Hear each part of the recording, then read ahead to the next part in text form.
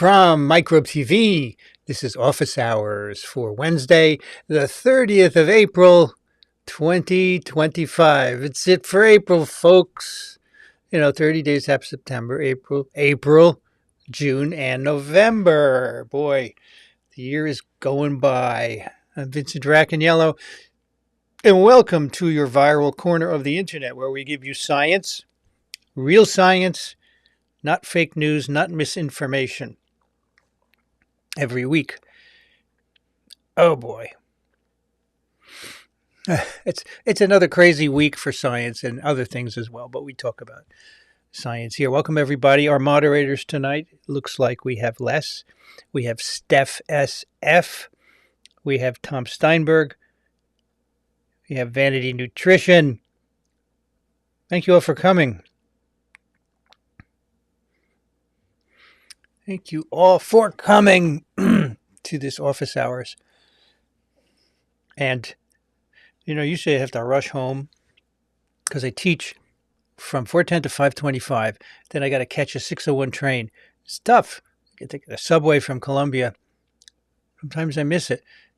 And today's the last time I have to do that because no more course. Monday's the last course day. So it'll be a more relaxing commute to come here and do these live streams. Oh boy. Today was a cool day. At 7:30 a.m., I did a TWIV from the European Congress of Virology meeting in Dubrovnik, Croatia. And I was invited to do a TWIV there, but I couldn't go because I'm still teaching. And, I take my teaching responsibilities seriously. I don't blow them off. So, well, when you do that, then the students see that you're not so serious, and that's the end of it. So if you're devoted and you don't miss any class, they get it. So I sent Rich Condit over, and we did it by Zoom, and it was very good. We had 3 guests from the meeting, and it should be out at some point in the next couple of weeks. You'll enjoy it. Tell us where you're from, folks, so we can shout you out. Out. Echo. I don't know what the temperature is now, but I doffed my winter coat. Now I'm just wearing a jacket. It's really warm here today. It was nice. I don't know exactly how warm because, as I said, my phone is upstairs. No problem. Tell us where you're from, folks. Looks like Maureen is in northeastern Ohio, where it's 49F and raining. So MN had asked, the virus that indicates how your ancestors migrated around, it's a polyomavirus. Is that used in tests like 23andMe? No. They use old nucleic acid-based tests because you give them your spit and they sequence your DNA or parts of it. And so the way you figure out from that virus how your family moved around is to look for antibodies in your blood, and 23andMe doesn't do that. Goodbye, 23andMe. Download your information if you have any there before they go out of business. Hello. Where was this Return of the Prodigal Child? This is not here. Well, here we go. Lise, welcome back. Lise from Columbus, Ohio, after a brief hiatus. Wayne is in Urbana, Illinois, 18C. Quistella, Ohio. I haven't forgotten your book, Quistella. Just chill. I take time. It takes me time to do stuff, but I'm all set to do it. I'll do it. Will is from Changsha. It's 19C and sunny.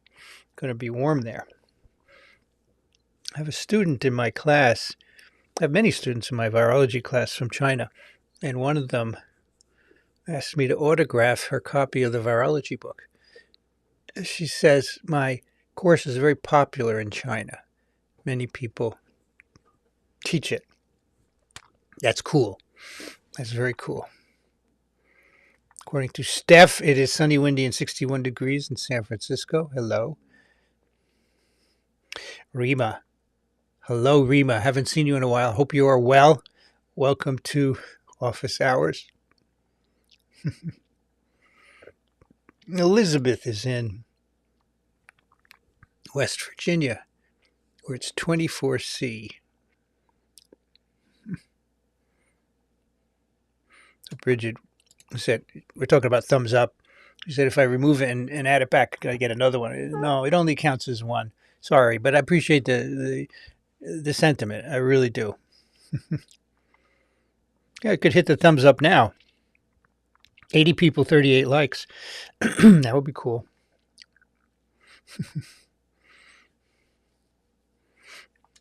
Les says to Vanity, I think Twix bar should be the unofficial candy for this weekend shows. I had a Twix bar once a couple of years ago, and actually Dixon gave it to me.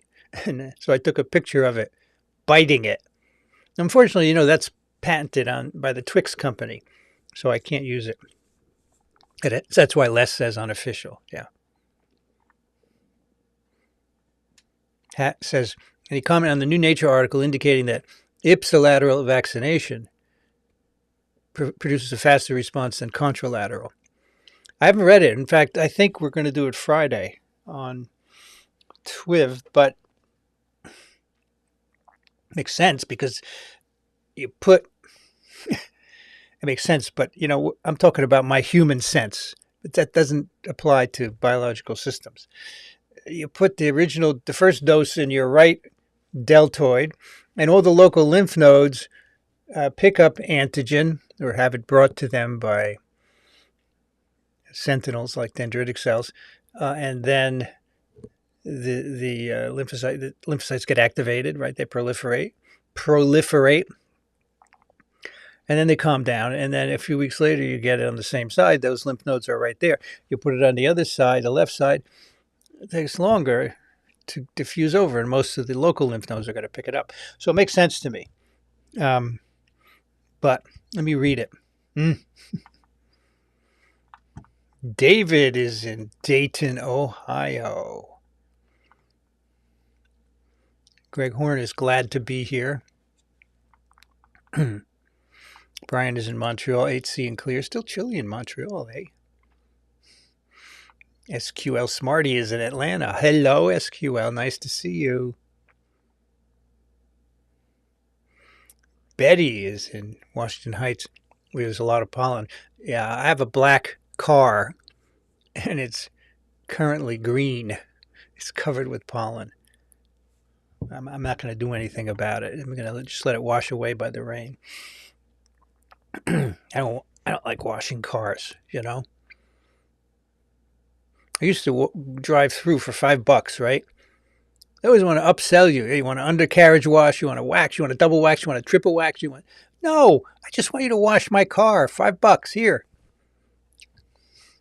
I used to like sitting in it with the soap spraying on, and then those big rollers rolling on either side of you, and something going over the top, and then they spray you with water. I found that very relaxing, being in the car wash, because you can't go anywhere. You just look at the machinery and listen to it, and then you get to the end, and they push it out, and these guys come and dry you off. Right? Rima. All that reminiscing is from pollen.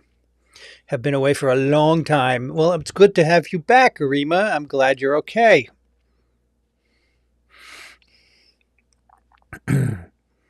Pete is in London. Heat wave 26C. Janet T is in Tucson, Arizona, where it's 82F, 28C. See, that's the perfect one. You can reverse it and get the temperature.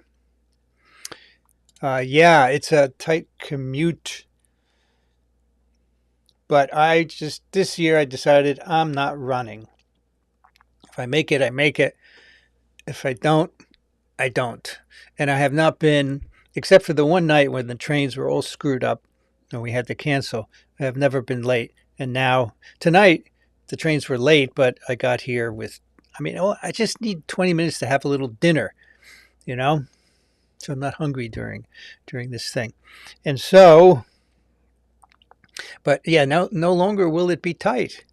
It's great. The tightness is going from the lecture to the subway. And in fact, so the problem is, and it's not a problem, many students like to come up afterwards and ask questions, right? And so I don't want to blow them off. So I wait. And sometimes if I wait too long, it's tight. But it's been okay, and now it's not an issue. Yep. Yep. John, 20C in Minneapolis. Good evening and welcome, John. Truth or Dare is in La Jolla. Jill, Wilmington, Delaware. 76.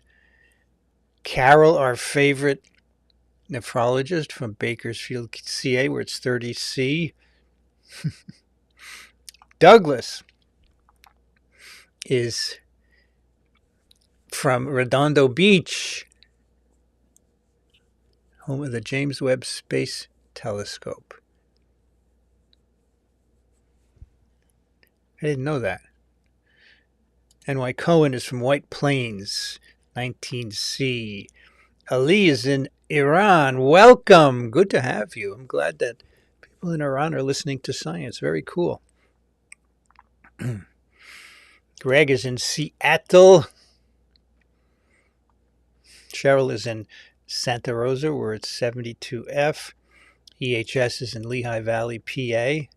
Julie S. is in North Central PA, 68F. Noir, hello. Hello, Noir. Noir loves New York. I hope it loves you. Still in the New York area, Noir? Okay. Well, before you head home, you're welcome to stop by the incubator anytime. I'm around these weeks. Kang is in Chicago, 11C. Rain later. Eliza, Southern Ontario, 10C. I enjoy these weekly office hours. I feel it's a privilege to have an audience to talk to, right? I have to tell you that. On Thursday mornings, I do office hours with my virology class from 11 to 12:30. I just sit on Zoom and students come in. Mostly nobody comes. Every few weeks, one person will come. So I do work. I'm sitting there, and I'm not going to just sit there and stare at the Zoom. I think it's funny. I don't mind. But here we have 100 people, almost as many people in the virology class. So I think a lot of you, if you were taking this virology class, you'd show up at office hours and ask questions. I know this because when we did this course live streamed a couple of years ago, there were tons of questions. Tons. I think I even had an office hours, but I don't remember.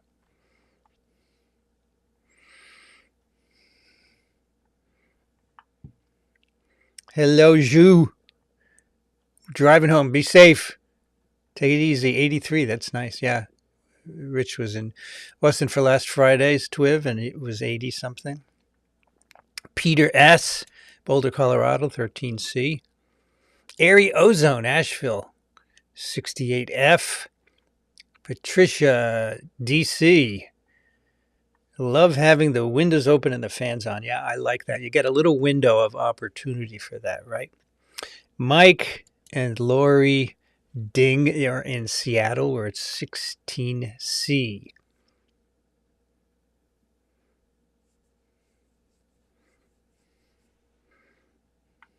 Patricia, Rich mentioned the HPV meeting. Is there a site for that? I don't remember what he was talking about. Sorry. I just don't remember. Amen. Give our best to Amy as always. There you go. Abdul Rahman is in Brooklyn. Hello. Kip and Laura, thank you for your support of science communication. We really need everyone's support to keep this enterprise going. Lately, I don't know if you've noticed,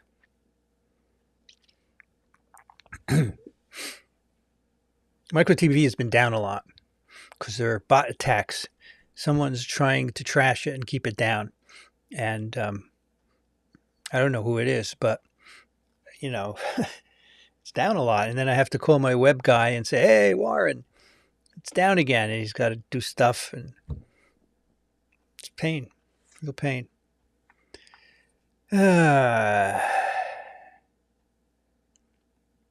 Tricia wants to know any update on Novavax getting FDA approval. Well, I'll tell you. Look, the FDA told Novavax basically you need to do a new clinical trial. They can't afford to do that. It would bankrupt them. So they're done. In my opinion, Novavax is done. No Novavax. And today we have a story where the FDA is deciding whether to do any more COVID vaccines at all. I told you, folks, they would nix all the COVID vaccines. I told you here. Not that I was going to be right, but I did tell you here.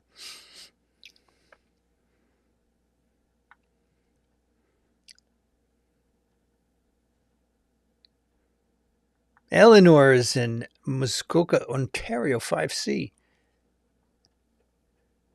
GST Bio, Jonathan, it's Encinitas, 17C. Chillin Lillian agrees that the car wash is a deeply meditative experience. I love it, but it's too short. I wish it were longer. Ladybug Filk is from Coos Bay, Oregon, 56F. I had a visitor from Oregon yesterday. She is a chiropractor, and she said TWIV saved her during the pandemic. So she was in New York, and she just stopped by to thank me, and we sat for an hour and chatted. So if you stop by, I will show you around. I will take your picture. I will give you swag, and I will chat with you because I love to do that sort of thing. But don't be afraid to come. There's nothing scary. People who know I'm not scary. I just like to talk to you.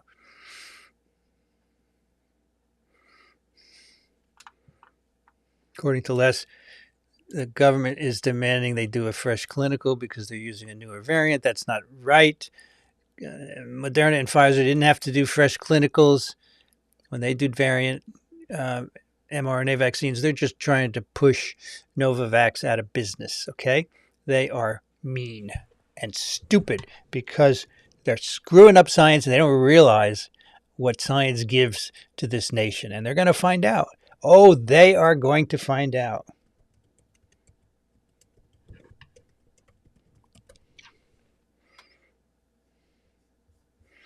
I'm looking up something. Hang on, folks.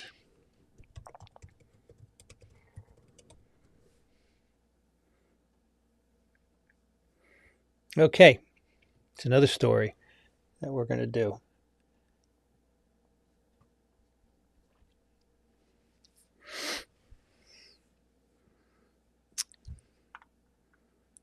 Hello, Brian from Bridgeport, Connecticut.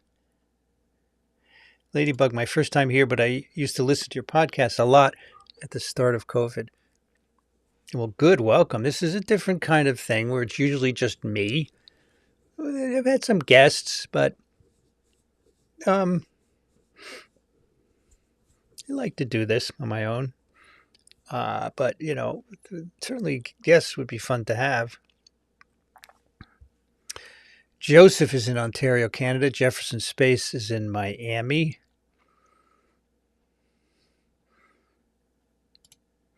Why you're relocating here? I can't believe that. No, you don't. Now, Riemann, on the other hand, doesn't like New York. I like New York very much. I mean, it has its downs. But I just enjoy walking around. My short walk to the incubator and back is very exhilarating. And coming out of the incubator at night and seeing everybody bustling and hustling is cool. I like it. When I have to go somewhere, it's fun. Take the subway, like teaching. Columbia campus is beautiful. Now it's all in bloom. Students are sitting outside. It's wonderful. M.N. Hearts, New York also. Jeff is in Elgin, 12C in Rainy. Happy Hog is at the home of the Razorbacks, 61F. I don't know which team is Razorbacks. I could look it up. Razorbacks, Arkansas. Okay. I've been to Little Rock. That's all.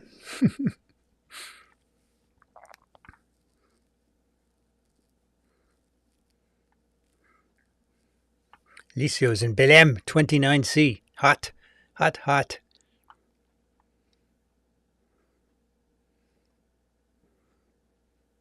Silvia Pina, thank you for your support of science communication in Burbank. I love the noir shorts. Good to see Offit on the news today. I don't know what noir shorts. They could be black shorts, clothing. I've never worn black shorts on anything that you would see, or short videos that are noir. I don't know. Tell me. How can you not like New York? Well, if the first time you come in, you have a bad experience, right? You get in a cab and it's raining and they take you to the wrong place and they charge you hundreds of dollars to rip you off. That can be a bad experience. But yeah, it's just there's so many cool things to do, right? As soon as I'm not contagious. Okay. When you're not contagious, come to the incubator. Just let us know. Marco's on the east end of Long Island. First strawberry blossom appeared today. Lovely. Pete, your students are more important than us. 5-10 minutes late and no indigestion. Eating your dinner is fine. I'm okay. It's all good. 20 minutes is fine. I don't get indigestion. I don't eat that much. What can I eat in 20 minutes, right? I don't have a huge dinner, but it's fine. I want to treat everyone equally.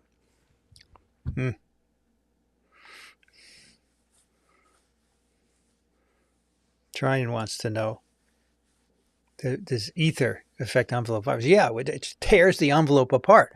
But ether is not a really good disinfectant. It's very bad for you, right? It's explosive. Boom. We used to use ether all the time in the lab, and then they took it all away because too many fires and explosions. Yeah. Pat is in Nova Scotia where it's 10 degrees Celsius. Nice looking dog there. Cute. Cute. Abdul Rahman writes, the virology lectures is what led me to TWIV. I was studying for my USMLES and wanted a more comprehensive virology course. Found one from a Columbia professor that's free, and the rest is history. That's funny. It's kind of some kind of laboratory certification, right? USMLES. Did you catch John Oliver's magnificent takedown of RFK Jr.? I didn't, but I've heard that it was really good. So I'll go see it at some point. Yeah, maybe I'll pick it if I have. Everybody picks things ahead of me.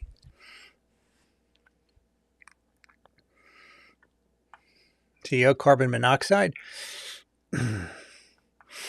Well, Rima, I'm sorry you had a bad experience. All big cities have problems, and they all have strong points as well. Vanity, when you took your class, we always had a good number of students at office hours.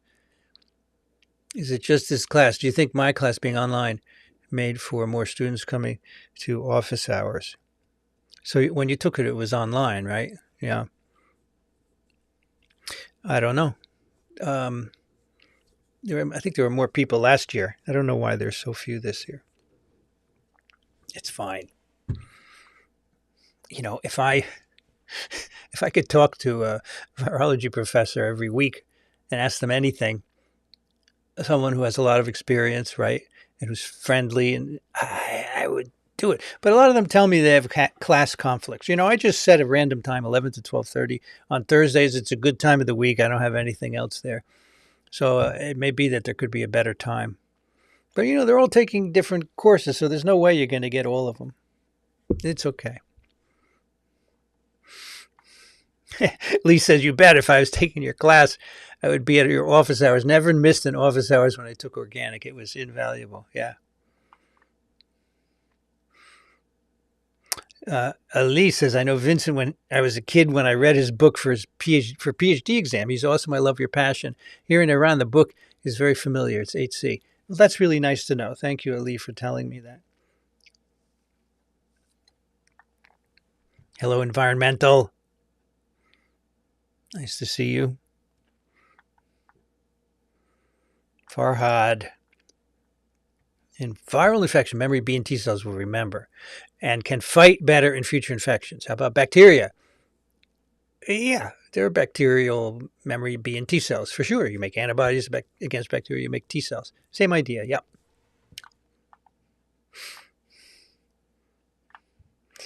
Silent Runner, Wichita, Kansas, 18C. Sounds like a nice scenario. The sun slowly setting in the west. It's great.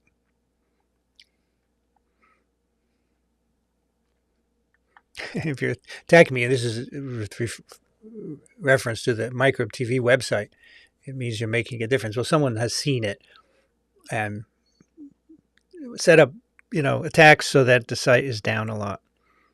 I I hope that Warren can fix it.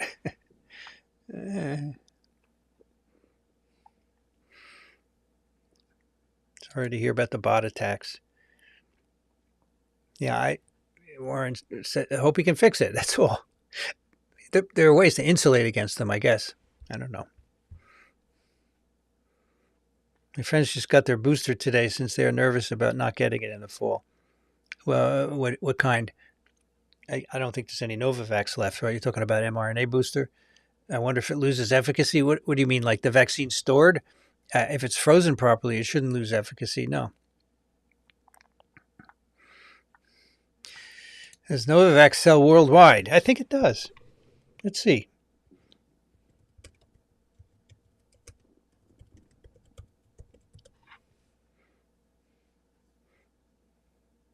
Yeah, I mean, they do apparently, but they have always had a problem keeping up with supply, right? Manufacturing. So they will choose not to do the clinical trial in the U.S. because it will bankrupt them. They don't have enough money to do that, and they will continue to sell overseas, I presume. Yeah, that's one way they may stay in business.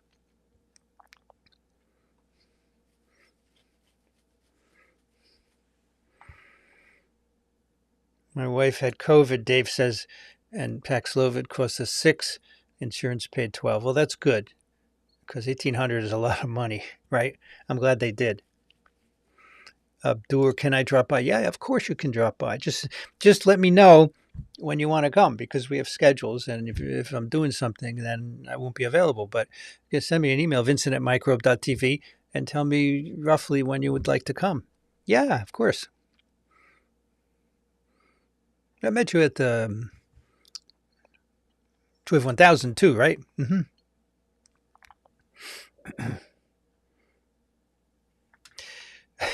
Rima says, I'm waiting for you to come to Iowa. Yeah, well, one of these days it'll come up, right? Don't worry, I'll be there. Jeff says it may take deaths and severe illnesses from diseases normally not deadly or severe due to vaccines to drive the point home that MAGA are not good people and thus force change. Yeah, that's what Paul Offit always says. It's going to take a lot. All right. And then by then, the system is going to be all messed up and it's going to take a long time to restore it. You can't just turn the switch back on. But, he has to go because he won't do anything to reverse what he's doing.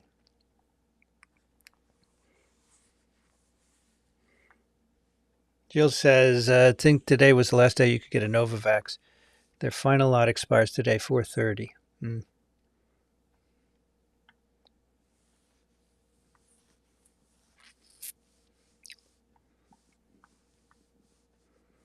Yeah, the Oliver show is on YouTube. That's where I'll go watch it. Jill writes, Twiv last night about the hogs, pigs. I grew up on a 5,000 head family hog farm in Minnesota and worked in the barns every day. You should have had me as a guest. I could tell you all about hog farming. Well, is it the same today as when you were growing up? If so, yeah, I'm happy to have you come on and talk about it anyway. We didn't have any hog expert come on, just us talking about it. Martha's in Charleston, South Carolina. Beautiful day.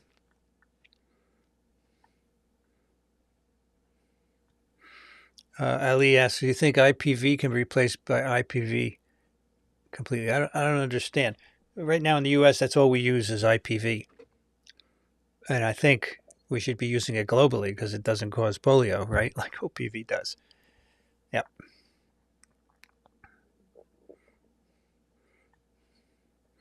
Carol enjoyed TWIV 1213. That was Secrets of Hep B cccDNA. Do you think there will ever be a cure? Yeah, I do. A lot of people are working on it. And but there's the vaccine prevents the persistence of the cccDNA. But, there are a lot of people that are not vaccinated and they're infected. But this idea of the histones being a vulnerable target, that can suggest some therapeutics. And in fact, that paper had a drug that seemed to work. So I think that, yeah, it's going to take a while. But yeah, with 350 million global people infected with Hep B, a lot of people.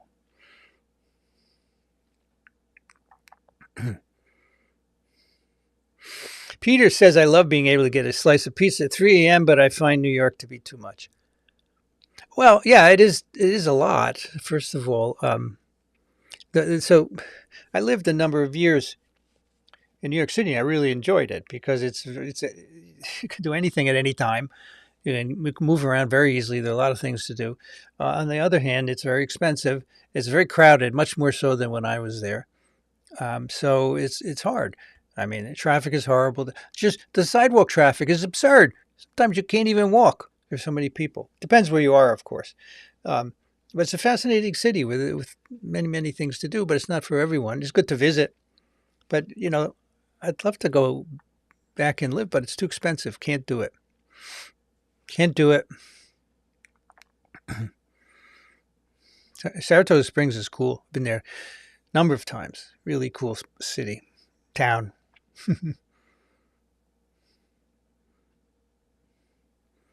Julie is a retired RN. Office hours helps me stay informed and grounded even when I want to rip my hair out and scream with all the nonsense.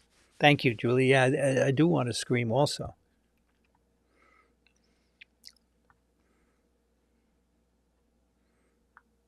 So Dean says, can we please get a guest appearance by Amy? Maybe soon.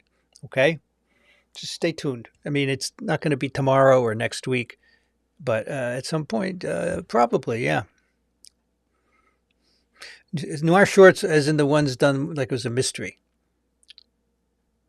So did we have a noir short like that? One of these shorts that were put out. Okay, I understand what you mean. Yeah. Hope is in South Africa, where it's chilly. Welcome, Hope. Good to have you here. People from all over the world. It's wonderful. MN says RFK will probably try and bring back ether. Yeah.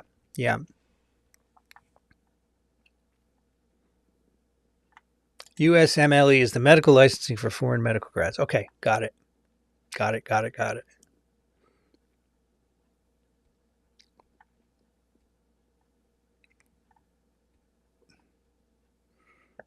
The environmental hopes to visit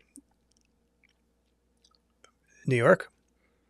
Yeah, that would be great. No, the short I was referring to was STD Friday with you and Daniel and the suspenseful track. Okay, so I didn't see it. It was made by one of our editors, and it's great. I'm glad they did that. That's cool.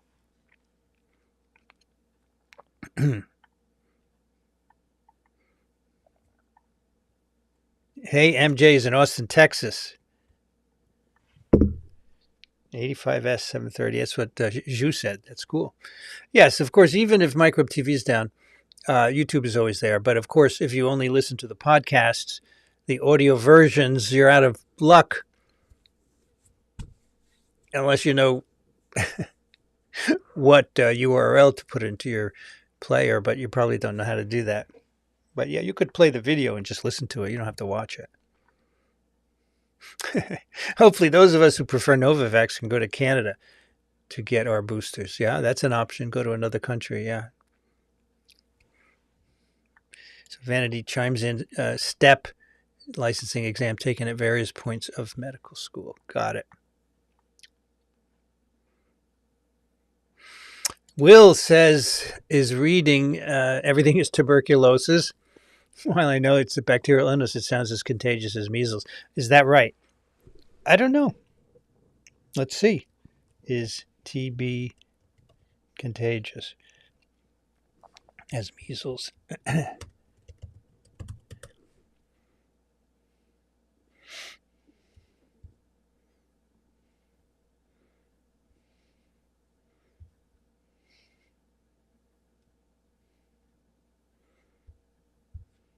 Well, it's one of the top 5 deadliest infectious diseases, right? That's bad.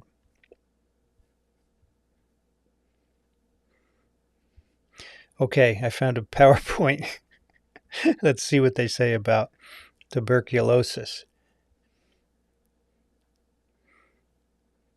So they don't say anything comparing its transmissibility to measles, so I'm guessing it's not as contagious, but it is quite, but I'm guessing not as much as measles. Yeah.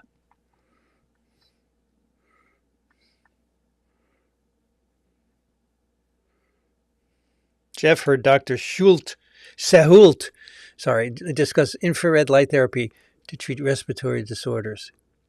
Any thoughts about that? I don't know anything about it. That's a great question.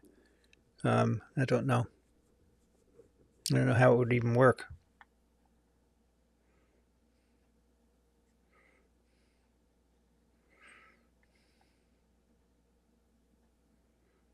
Mark writes that hockey had a mumps outbreak in 2016. Does immunity fall off more quickly? That's.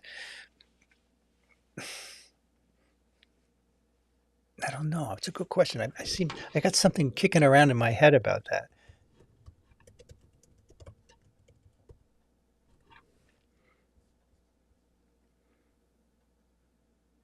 So yes, it does drop over time. It falls off more quickly than measles. Yeah, that's correct. Mm-hmm.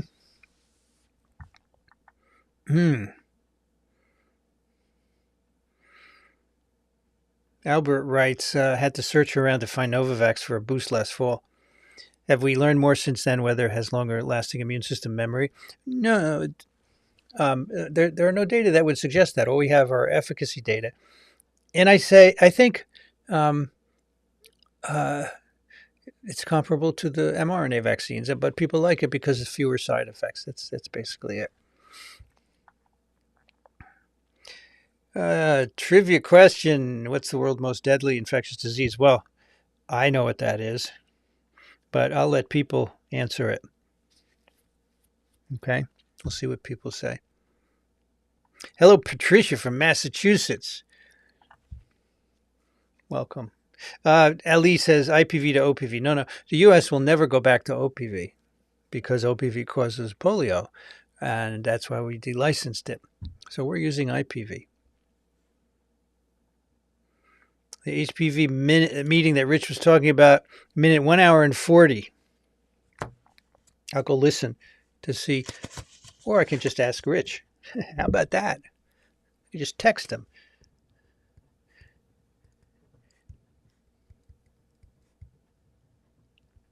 As soon as I'm done with this, I'll text him, and then you'll know. Or I could text him right now. Well, he's probably in the air, but let's just try. Rich. People are asking about the HPV meeting you mentioned last TWIV.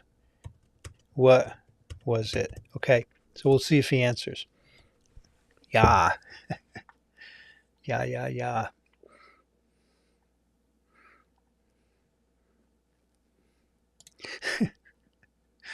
Angry Penguin. I read ivermectin is now available OTC in Ohio. I don't know why it can't possibly work. Well, it doesn't. It's not that it can't possibly. It doesn't work. It's been subjected to a number of clinical trials where they have control group which gets nothing and a group that gets ivermectin, and the ivermectin group doesn't do any better in terms of disease severity or hospitalization and so forth. It does not work. It's not. Why doesn't it work? I don't know. Maybe you never reached level. So in cell culture, it can inhibit virus reproduction, but in an organism, it's totally different. Maybe it doesn't reach the right levels to be active. Nobody really knows. Yeah. So Patricia says TB is one of the most contagious. Is it as much as measles or a little bit less?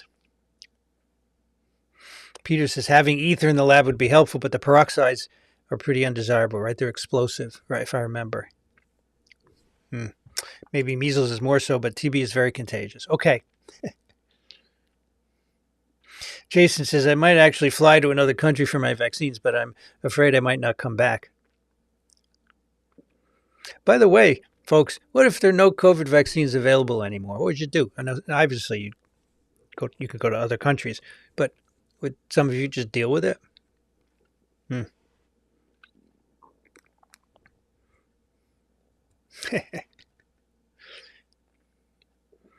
Nevitz says, had measles antibody test result over 300, so you're good to go. Born in 58, and you got many childhood injections with big syringes.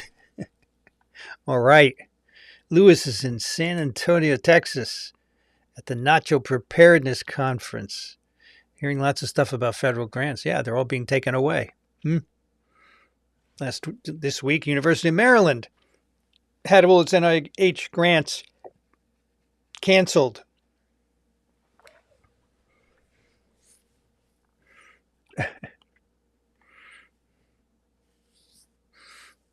TB's killed more people than any other infectious disease. It still kills 1 million a year.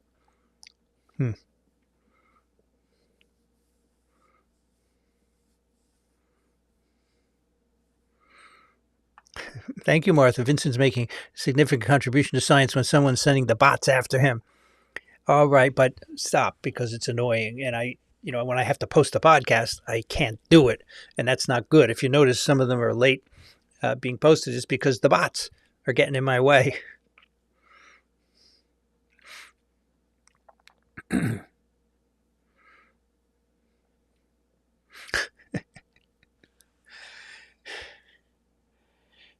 Rotavirus vaccine. Should older people get it? Visto says this.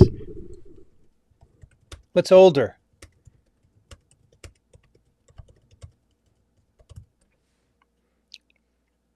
Nope. They're for infants and young children. Don't need to get it. You've been infected enough so that you don't need to get it.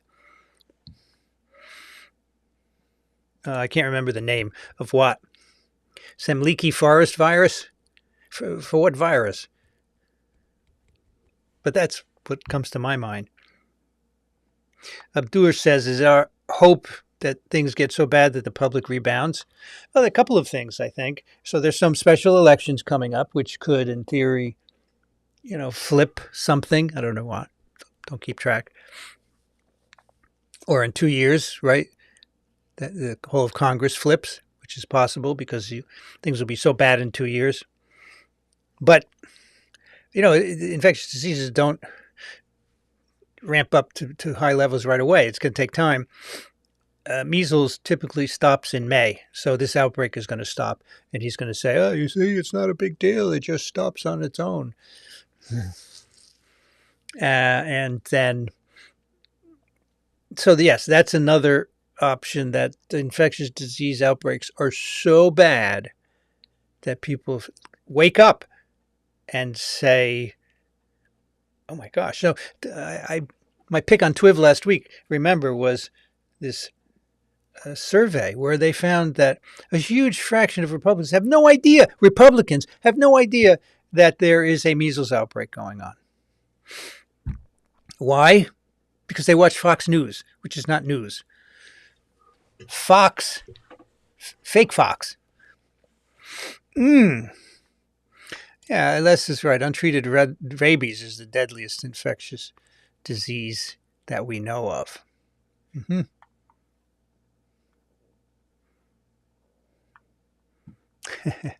Hello, Aubrey from Richmond, Virginia. Nice to have you. Is rabies making a comeback? I'm not aware of excess rabies in the U.S. Now, there are many other countries where tens of thousands of cases of rabies, but it's always been that way.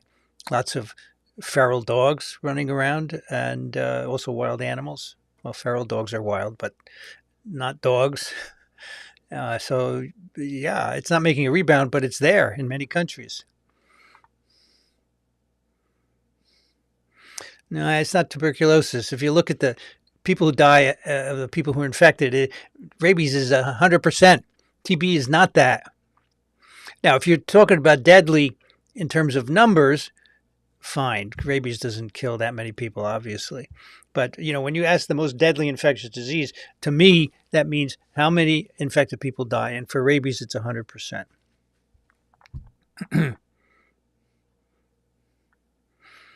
Patricia says the infrared light therapy reduces the number of days of hospitalization for COVID. ICU patients, according to the research Shahult cites. All right, someone send a question to Daniel asking him about it, okay?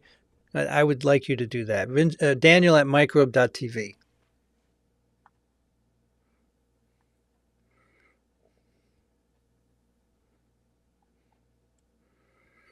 Martha was sickened to learn about the 11-month-old child dying from measles contracted in the pediatrician's office. Yeah. Well, that's what happens. Your child gets sick. You don't know what they have. You bring them to the peds office. They have measles and they infect everybody else there.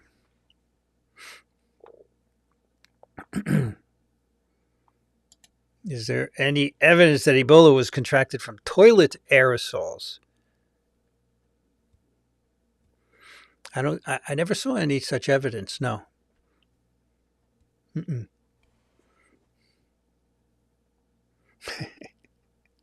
Vanity says, it's great news about OTC ivermectin.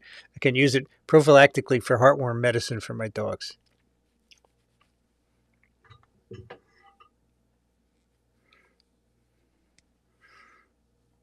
That's a good point by Patricia. Maybe the military will keep COVID vaccines. The military gets all the vaccines, all of them, no matter what they had as a kid, to get them all.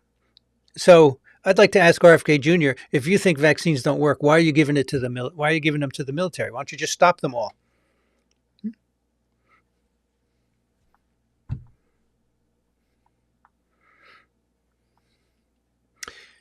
Reese Carlton, someone in the chat today said today was the last day for Novavax. What they said was that the expiration date for the existing Novavax vaccine that's out there is today, 4/30/25. So it's the expiration date. And there's no more to be had because they're not making it yet, at least for the U.S.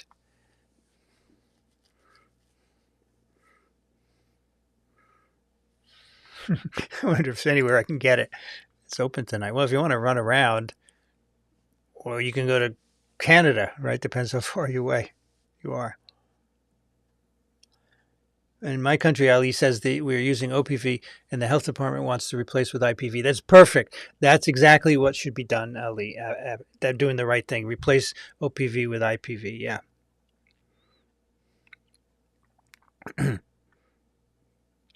Aubrey says, if there were no more COVID vaccines, I would wear a mask like I do now. Yeah, why not? That would work. I'm wearing a mask in public spaces all the time. Without COVID vaccine, this is the answer to my question. What would you do? Without COVID vaccine, I'd be isolating more than I already do during the high wastewater positivity times and ordering a big supply of N95s. Yep.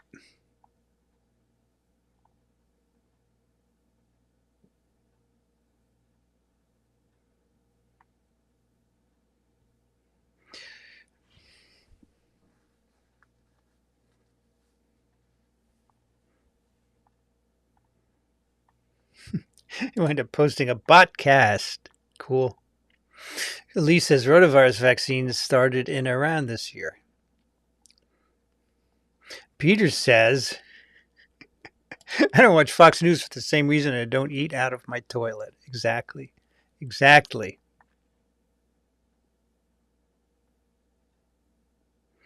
Yeah, so Novavax responded and said, we believe our application is approvable, but do you think they're going to convince Makari and RFK? No way. They don't want any COVID vaccines. Nope.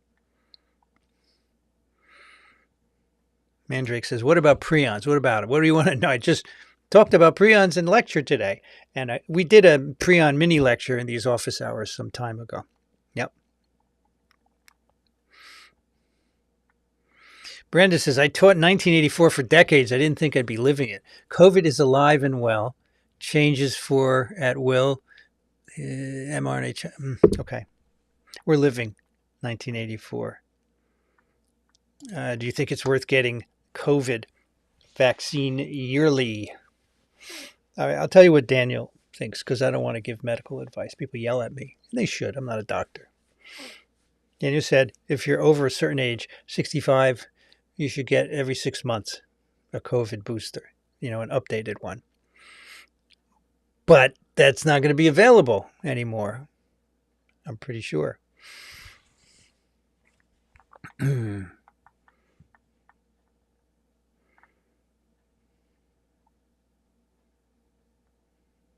ivermectin is also great for aquarium owners.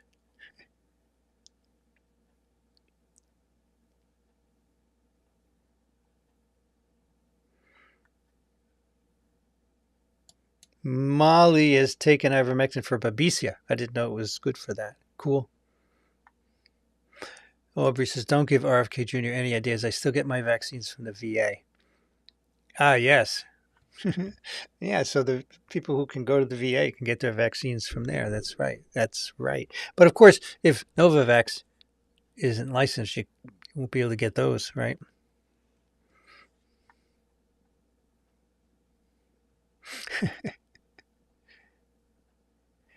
Sabrina says, I've read that being a carrier of the CF gene, there's less susceptibility to TB as well as other issues. Though having CF is more prone to DB. I didn't know that.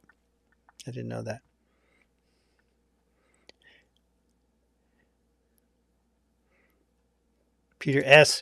Tractor Supply Company sells ivermectin.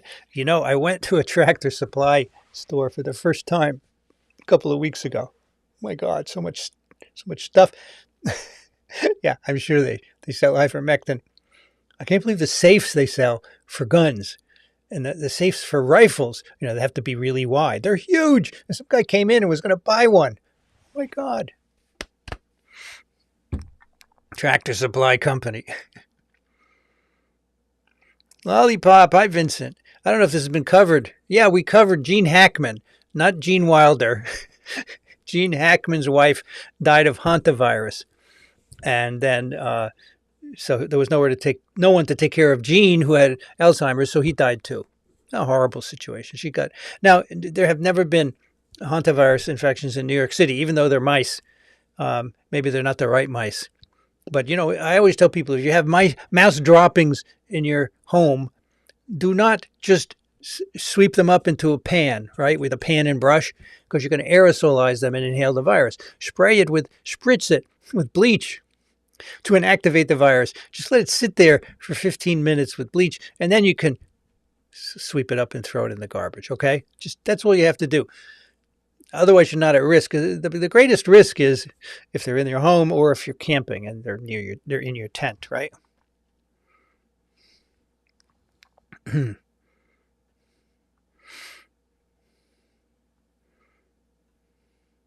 You don't hear them removing COVID vaccines? No. Here, I'll give you an article which says the contrary, Jeff. Where is it?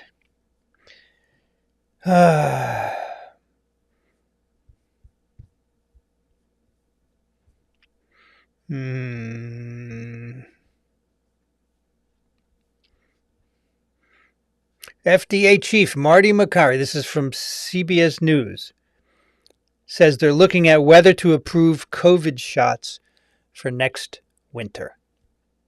Okay? That is a CBS News article citing a lack of data on booster shots. We're taking a look. I can't comment on any particular application. We have a bunch of applications for those booster shots. Makary said many healthcare workers did not get the last round of boosters, calling it a bit of a public trust problem. I think there's a void of data, and I'd like to fill the void with options. I'd like to have good data.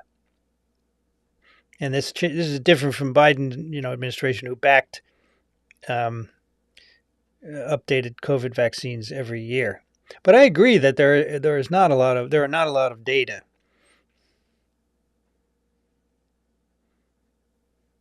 He says today, his remarks echo the justification for delaying Novavax vaccine. Novavax said they asked the company to do another clinical trial. And Makary said, today there's broad population immunity, and what benefit does it provide? Without a study on the new formulation and product, we can't give an honest evidence-based answer to that question. So, Paul Offit has always said there are no data showing that a booster is of any benefit in terms of reducing disease severity. So what you get is for a couple of months high antibody levels, which are going to probably reduce your viral load and perhaps reduce disease severity, but there are no studies that show that, okay? So that's what he's saying. So actually, he's not wrong on that. Yeah.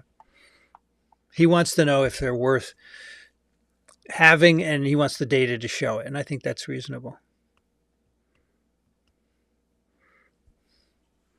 Red Hen called several pharmacies, and nobody had Novavax. Not surprising. I don't know. This infrared light and COVID, it seems like a little black magic stuff that needs to be studied better. There are COVID. There are the mRNA vaccines in the U.S., Patricia, right? And other countries have their own vaccines, but we still have mRNA vaccines. The question is whether he will allow an updated booster to be released. And if there isn't, then there will, I presume there'll just be the original vaccines. The last one. I don't know what their plans are. I mean, I have heard in the pipeline that they want to cancel all the COVID vaccines.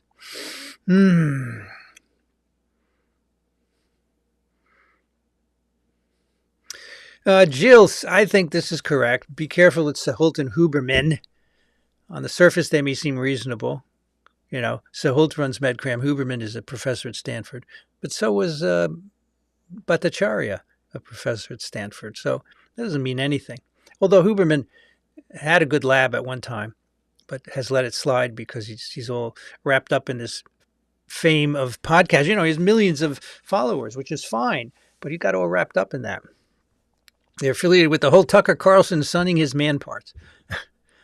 I don't know what that means, but I just be careful with Sahult, because he's another one who's generally okay, but loves his fame, okay, and may be willing to say anything. So I don't know if this light is actually any good. If Daniel might say it hasn't been properly tested, and if you ask him, he might say that. Kang wants to know if I need an antibiotic. I do. By the way, so that was one story from the week that Makary, the FDA chief, is looking at whether to approve COVID shots for next winter, right? Updated shots. And then we have another story. Kennedy advises new parents to do your own research on vaccines. Okay, he recently stated this. I don't know where he said this. In an interview with, I can't get in because it's a New York Times paywall. But he says, parents, you do your own research on vaccines. It's the dumbest thing to say. Of all the dumb things he said, it ranks up there. If you tell parents to do their own research, you know what they're going to do? You think they're going to go to the CDC website and check it out? No. They're going to search Google, and all the top hits, they're going to say, is the HPV vaccine safe? And they're going to get all the top hits from anti-vaxxers, which say it kills more people than it saves, blah, blah, blah, whatever. And they're going to get discouraged. Say, okay, I did my research. No, a Google search is not a research. You go to PubMed and you search the publications for what they said. But the best thing is to look at the CDC website. They have all the information about the clinical trials. But, RFK Jr. doesn't trust them. He thinks they're all, what is it called? Dark something. He thinks they're all in cahoots with big pharma, which is another dumb thing to say, and people are going to say, oh, yeah, he's right. These agencies are in cahoots. They get paid by big pharma to approve these vaccines. No! And I'm using a southern accent, but not just the South. It's many parts of the U.S. Anyway, so telling parents to do your own research. Why? The physician is going to tell you in the office before he or she gives the vaccine to your child, for example. He'll say, okay, here's this vaccine. Here's what it does. Here are the side effects. May I immunize your child? And you can say yes or no. You don't have to have them immunized. Okay? But that's wrong. They'll get all the bad information, unfortunately. I don't know. Maybe we have to have mini lectures on this channel about individual vaccines. Actually, I had planned to do that last year, I think, and I never did it. But nobody's going to listen to me, right? Because I'm not a contrarian. Okay, let's get back here. Was there another article from this week? Oh, one more thing I wanted to tell you. So the Integrated Research Facility is a high-level containment facility, BSL-4, that's part of the NIH. Yesterday, RFK basically shut it down, killed all the animals, and had all the virus stocks destroyed, and the director was put on leave. And it studies Ebola and other infectious diseases. And they were told to stop work because we don't have Ebola in the U.S. And Lassa fever, SARS-CoV-2, Eastern equine encephalitis.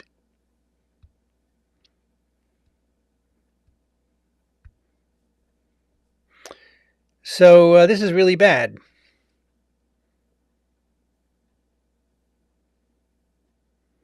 Gigi Gromval, who's at Hopkins, I had on a TWIV once, says the sacrifice to research is immense. If things are unused for a period of time, it will cost more money to get them ready to be used again.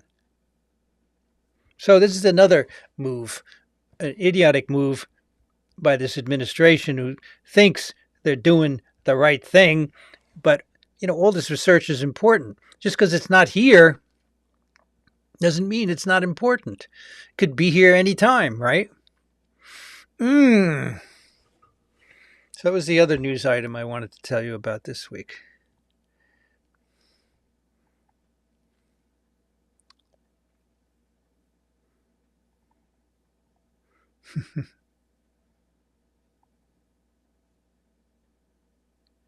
Can we have an attenuated temperature-sensitive SARS-CoV-2 virus without risk of reverse mutation? No. It will always revert.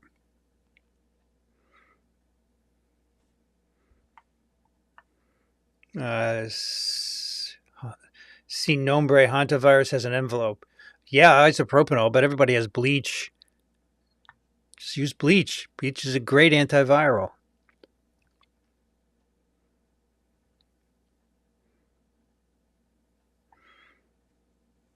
Sabrina, I always have.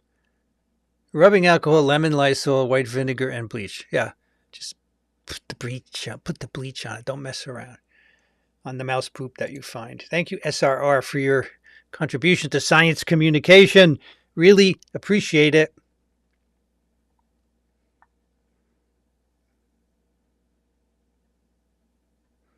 Good night, Markle. Mandrake, is the plan to wind down COVID vaccine? I'm not saying that the plan is to wind down. I don't think they're not going to approve the Novavax. They're not going to approve boosters for next season. Maybe. Depends whether they have data. And I heard rumors that they want to cancel the COVID vaccines entirely, but I don't know if that's true. That's all I'm saying.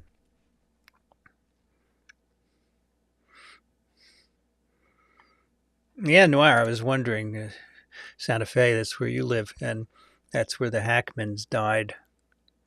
Did you know them? Did you used to socialize with them? Yeah, they have a lot of rodents there, and they invade people's homes, and they can infect you. Yep.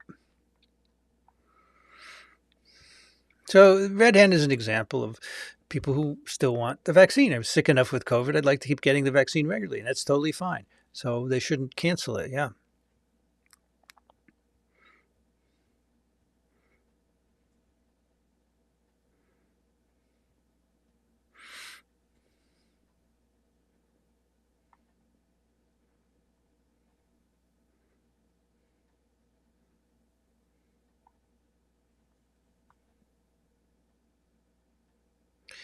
With respect to disease, for an infection, say a person inhales a few hantavirus, not a lot. Might that not trigger an immune response versus severe illness? No, probably not. You need quite a bit of virus to trigger an immune response. So in a vaccine, you have quite a bit of virus, right, or antigen. And so if you just inhale a few particles, it's not enough to give you an immune response. It would have to replicate. Yeah.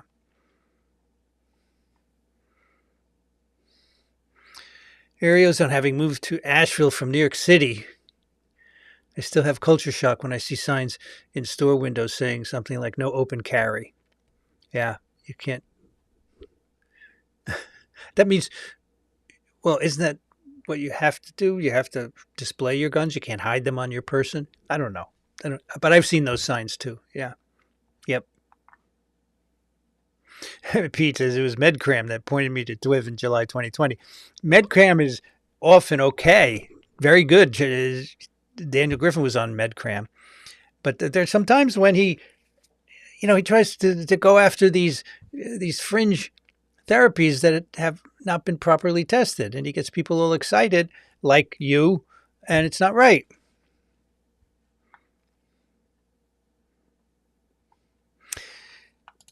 Jonathan says, I wish that when benefits of further doses of COVID vaccines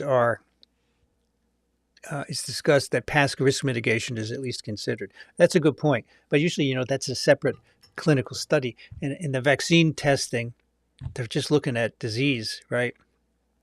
But Daniel lately has talked about a lot of trials where they're looking at the efficacy of vaccination against PASC, and it certainly has an effect. It's not 100%, but 2 doses is better than 1 in some studies. Yeah.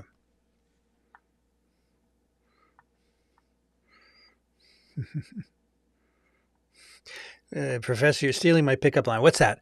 What is your pickup line? Tell me. I don't know what I'm stealing.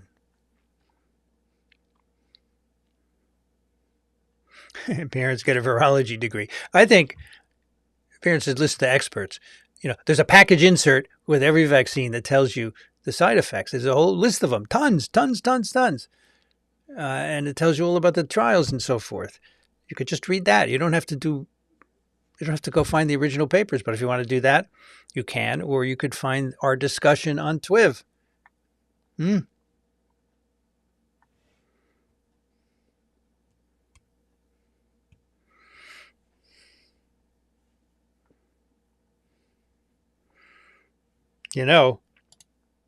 Not just the South, indeed. Most of the geniuses in the admin are not from there, and maybe even from the North. Not only that, Patricia, but most of the geniuses went to some kind of Ivy League college, which they're now trying to destroy. Penn, Yale, Harvard, Columbia. I just don't get this. I do get it. I understand why they're doing it, but. Hello, Gary from Denver, 70F. Yeah, I'm going to do a mini lecture shortly. And this is the thing, Gail, right? Listen to our programming and share the information, and that helps to spread it. Oh, this is a problem. Yeah, 222 says, I'm sure the CDC website will soon be scrubbed of accurate information and only contain RFK Jr. lies and deliberate misinformation to destroy any faith in government. To what end? I have no clue. Well, so Trump gave RFK Jr. free reign. You can do whatever you want. He said, go wild on health. And, RFK Jr. doesn't believe in infectious diseases. He believes that there's a conspiracy in FDA and CDC and NIH to hide data from the public, and he's going to get to the bottom of it. He's going to show that vaccines cause autism, which he claims the data are there and it's being hidden. So he's a conspiracy guy. Ridiculous to have him in charge. Ay.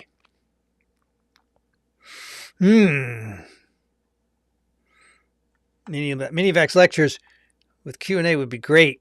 Okay. Can put those together.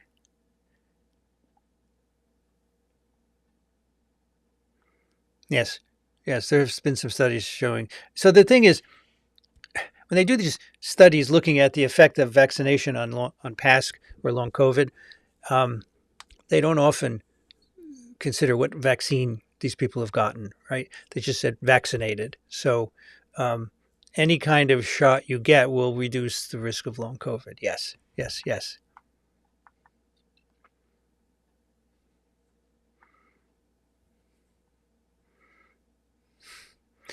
is insane. We're governed by buffoons' malignant incompetence, according to David from Science-Based Medicine. I forgot his last name. Sorry.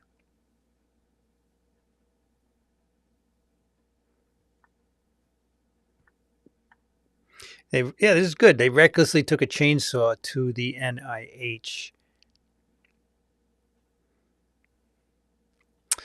All right, so a lot of you like this idea of mini lectures on vaccines so you can forward them to your friends and relatives.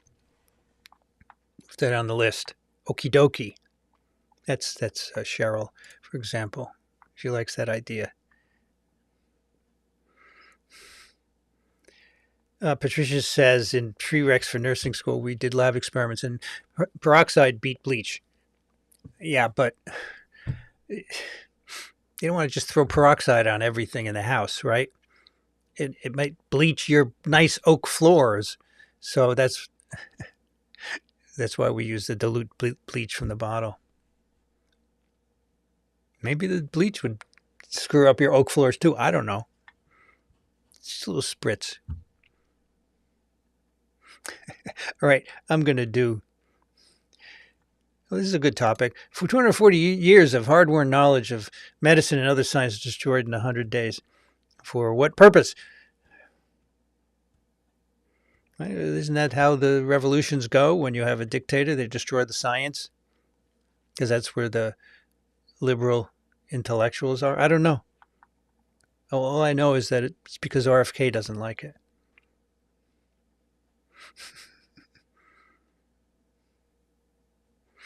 Okay, let's do a mini lecture. I'm going to pause at this one last question here, and we'll take this off. And we're going to finish the pathogenesis from last time, right?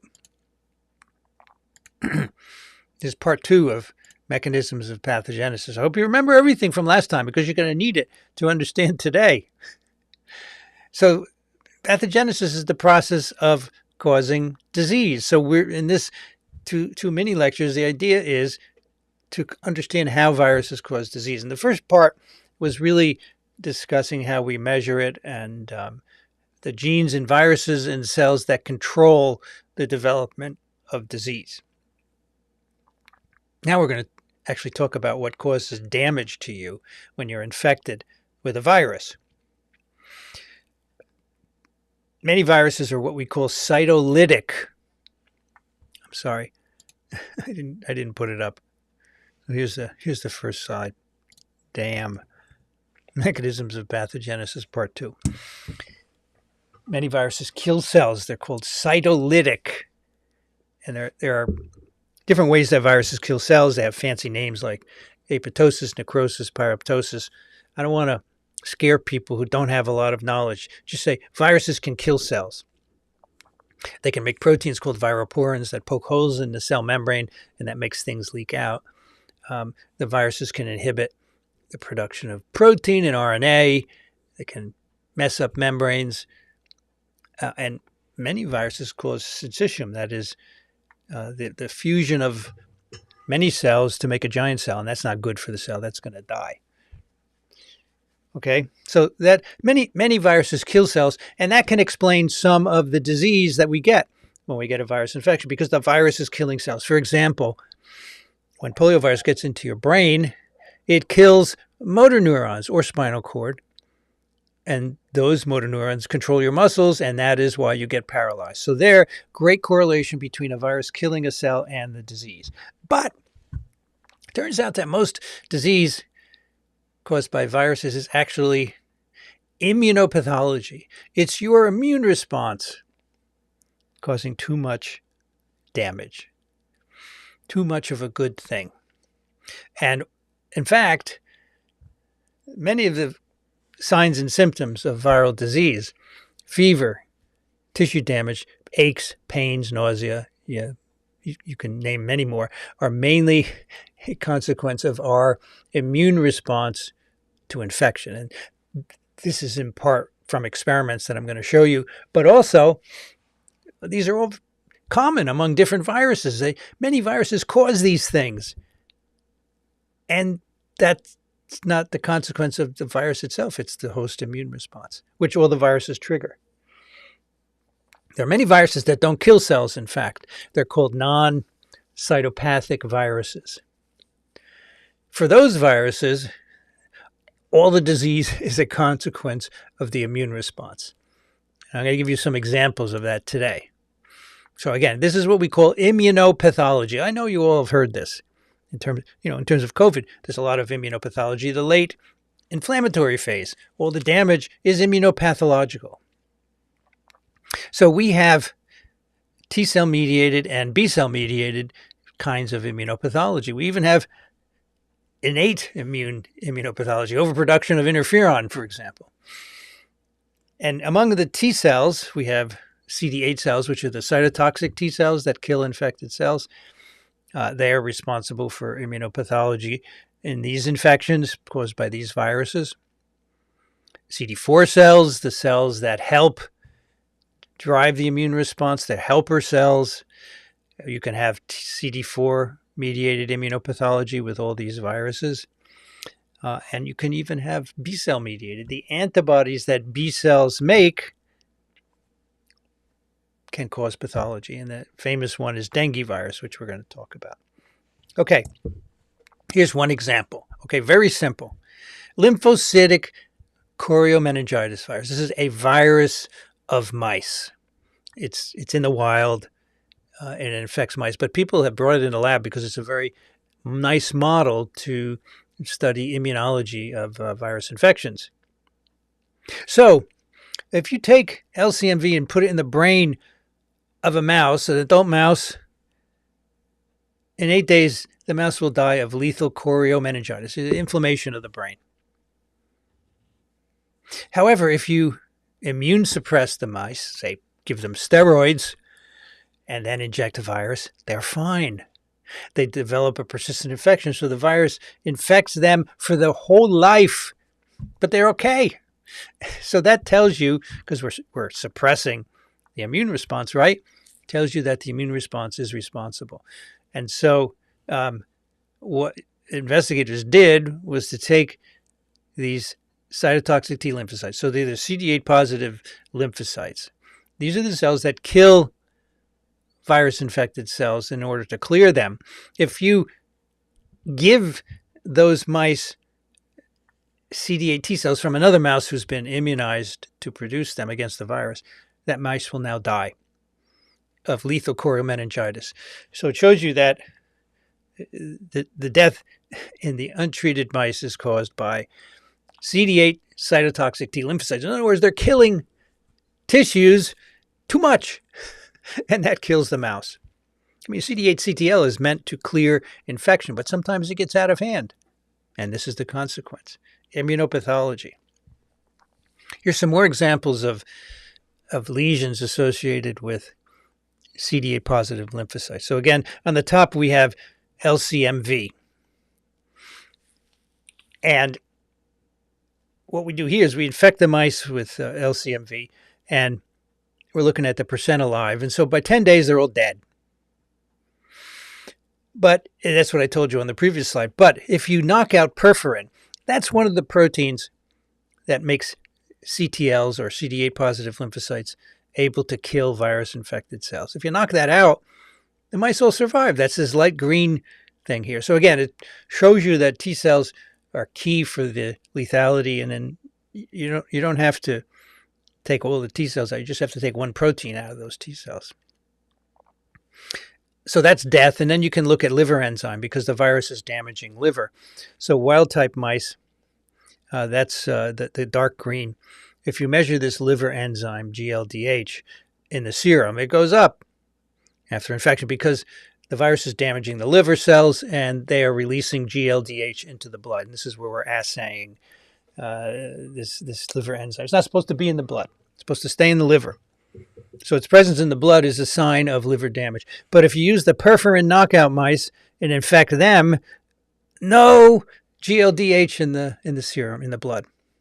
Because, again, you've taken away the ability of these CD8 cells to kill virus-infected cells, and that prevents lethality.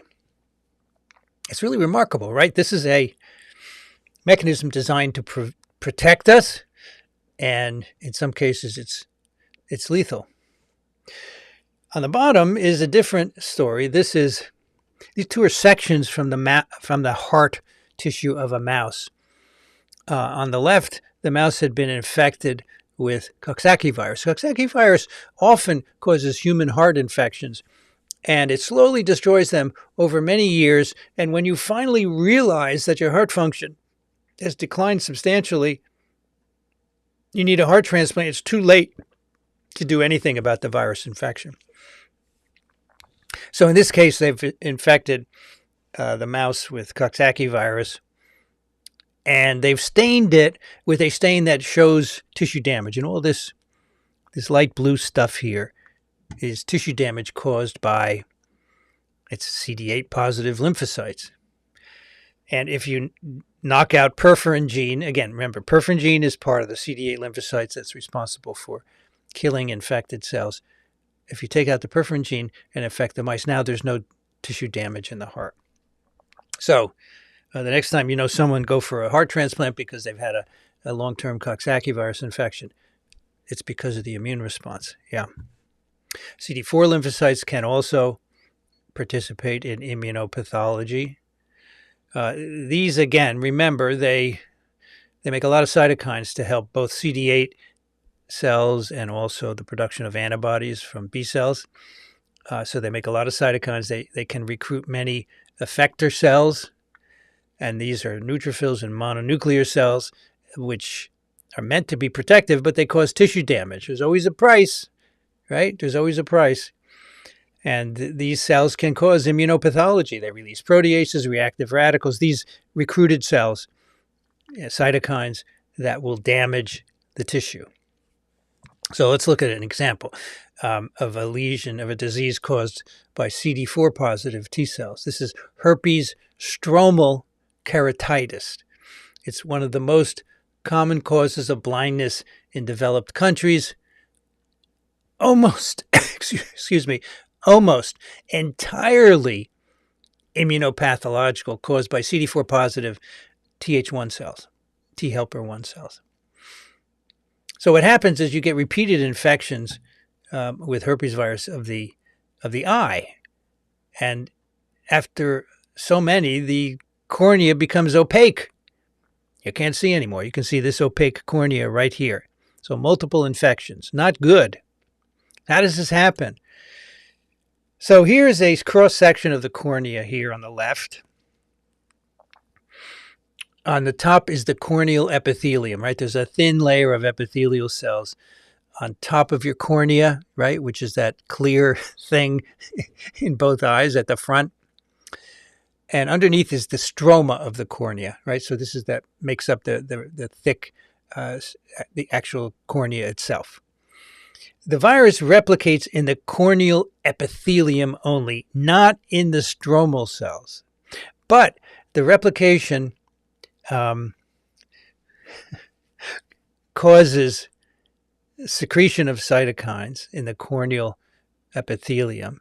And these recruit CD4 Th1 cells, which produce more cytokines, and they recruit neutrophils. And that's what all these black dots are in the right-hand section. So this is, again, a section of a cornea from a person with this blindness, herpes stromal keratitis. And now you can see lots of cells in the stroma. These have all been recruited by cytokines released from the infected cells. So there's actually no virus replication in the stroma. There are just infiltration by cells that cause swelling and damage of the corneal cells, right? So replication in the epithelium produces cytokines that attracts other cells, including CD4 Th1 cells, and those cause the damage by secreting different inflammatory mediators. All immunopathological. So folks, next time you have a herpes cold sore, don't touch it and then touch your eye, okay? That's a good way to get herpes stromal keratitis. West Nile virus has a component of immunopathology. Now, in a mouse model, West Nile virus will enter the brain. Remember, in humans, a certain percentage of people who get West Nile infection get encephalitis with sometimes severe consequences. And so you can reproduce that in a mouse model. So these are brains from West Nile virus infected mice, day 0, day 3, and day 5. So what they have done in this experiment is they put the virus into the mouse along with a dye that normally doesn't get into the brain unless the brain-blood barrier is compromised. And so you can see by day 3, the brains are blue because the dye is getting in, and then it goes away. The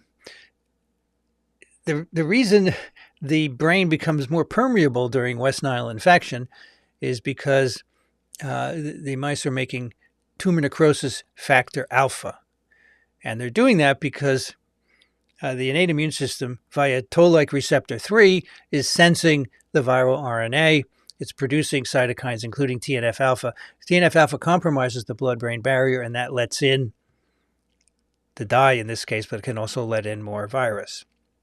If you knock out TLR3 and infect with West Nile virus in the presence of the blue dye, you now see that at day 3 there's no entry because you're making less TNF-alpha. So again, that's an example of an innate immunopathology. Now, many viruses cause poxes and rashes. Here's a child with measles, smallpox, varicella zoster, chickenpox. They make rashes. And what's going on there is the virus is reproducing in the living parts of the skin, Th1 cells, CD4 Th1 cells, macrophages, which were activated by the original infections, and lymphocytes home in on the infected foci. These cells produce cytokines, and they increase capillary permeability, and they cause an influx of T cells, and that's what gives you the rash. So the rash is immunopathology. That brings us to dengue, also known as break bone fever. A couple of years ago, I visited Vanderbilt University, and one of my student hosts turned out to be a part-time DJ. He used to work in the student radio station, so he brought me there to check it out. We actually recorded a little podcast, and they had a huge shelf full of CDs. You pick out your music for your program or whatever. And I saw this one in the front, Dengue Fever.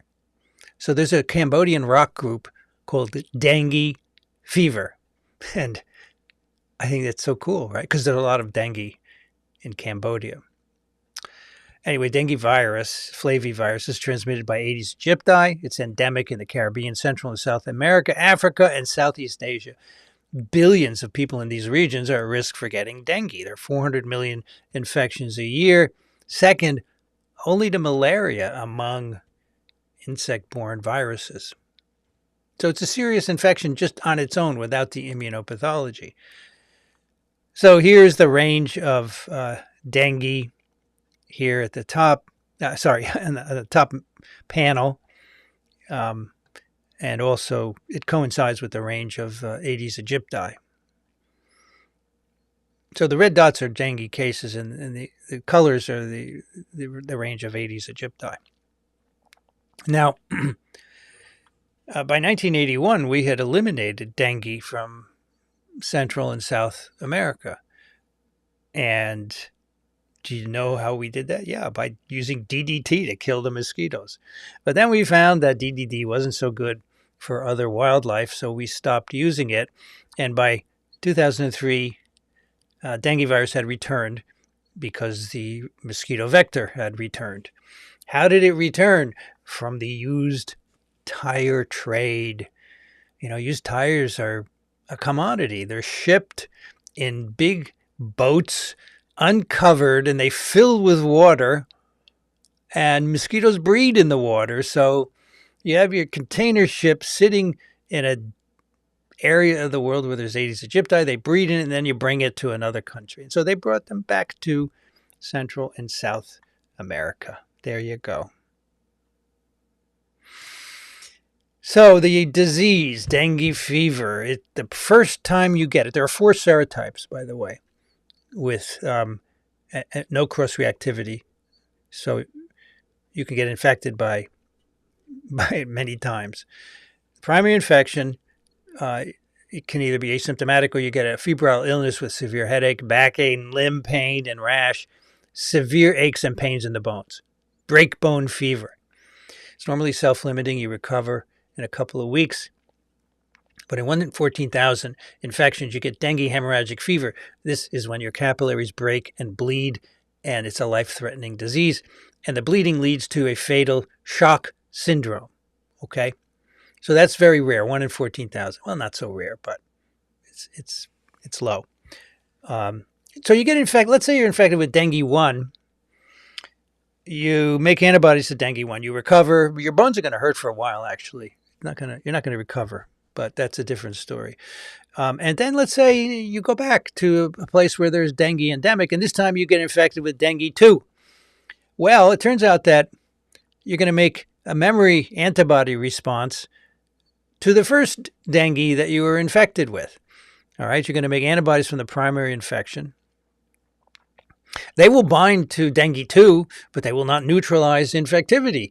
What they will do is the antibodies will bind to receptors on, say, macrophages and allow the virus to infect those cells where they normally would not. They would not infect those cells. So those cells make more virus, which contributes to the more severe disease, but they also make cytokines and chemokines that also contribute to the severe disease. And so after secondary dengue infections with a different serotype, the incidence of hemorrhagic fever and shock goes to 1 to 90 and 1 to 50 from 1 to 14,000. So that's why dengue is a big problem, because a lot of people can die from this. And also, there are 4 serotypes, so you could have this happen multiple times. So this is called antibody-dependent enhancement. It has kind of thwarted vaccine development.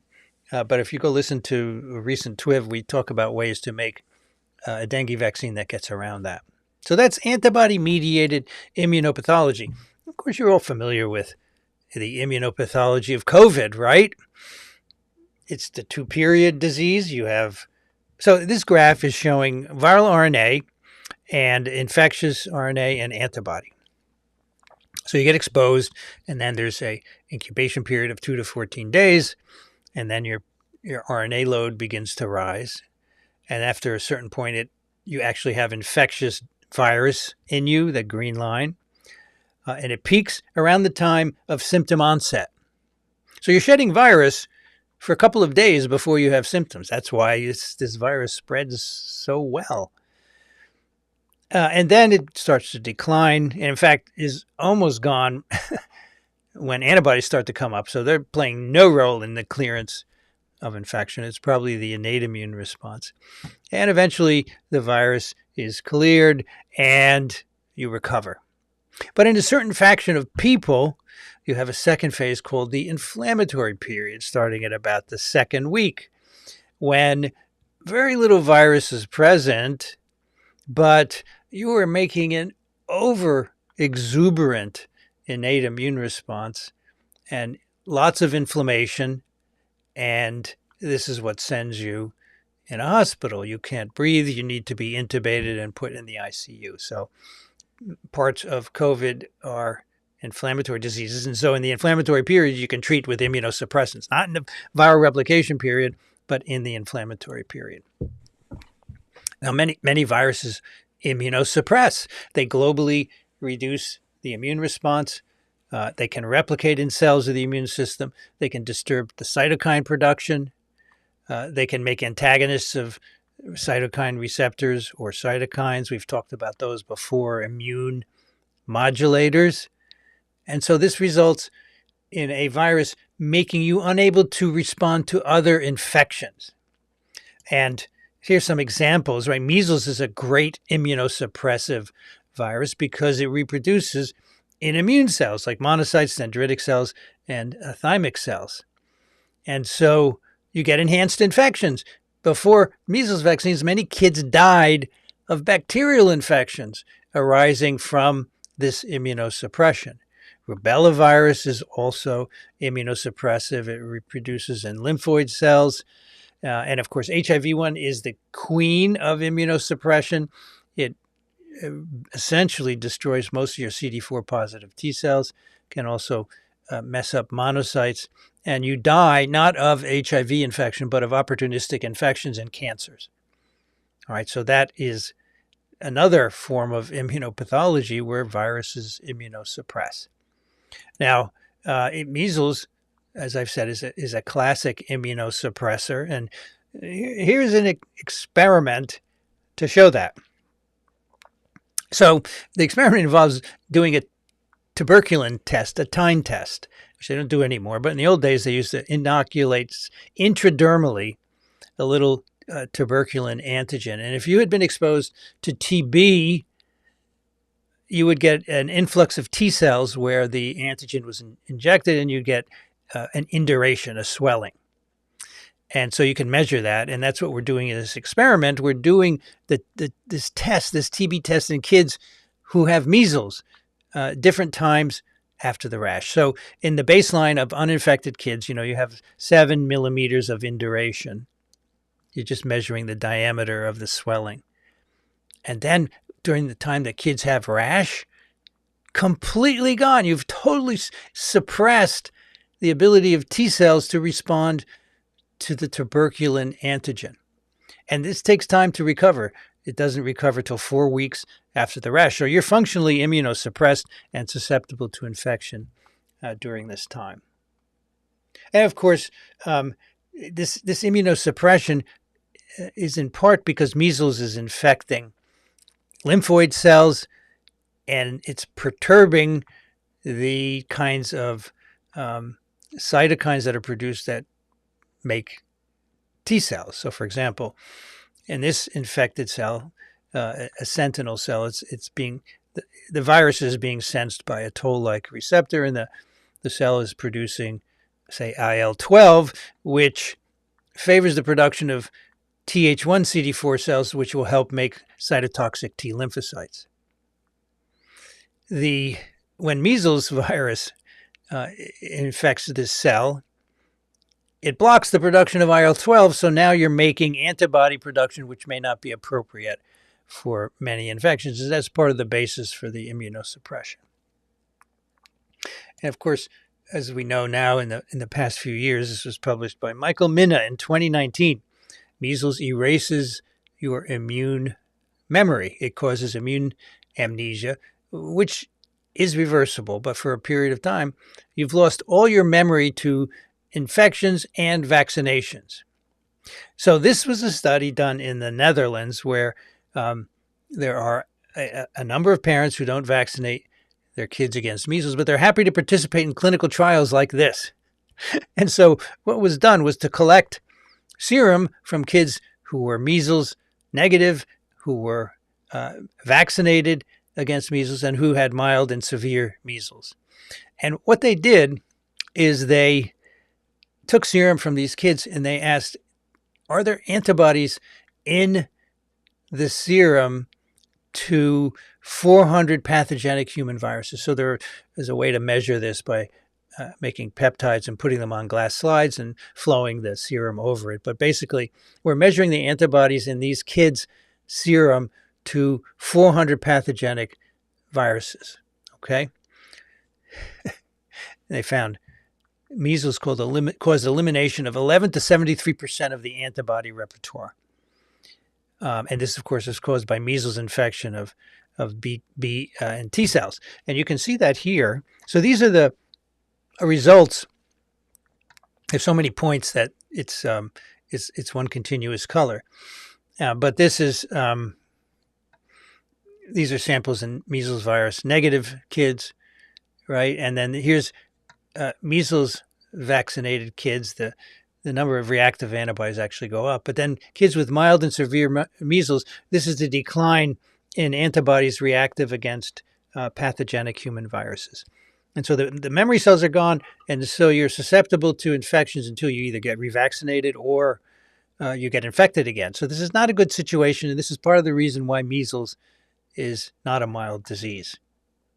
Okay, that is part 2 of immunopathology. There you go.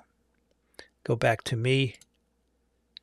I'll get rid of this, and we go back to your questions. Okay, let's see what else we have in our last 20 minutes or so. We're talking about hydrogen peroxide.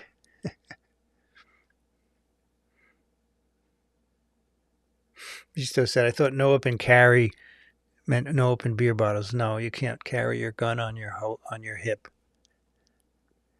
But then there's concealed carry, right, where you hide your gun, and that's no good either.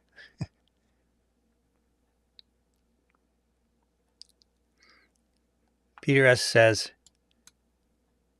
arguing with MAGA is like trying to play chess with pigeons. No matter how convincingly you win, they knock the pieces over, crap on the board, strut around like they won, and fly back to their flock. Yeah, it's absolutely right.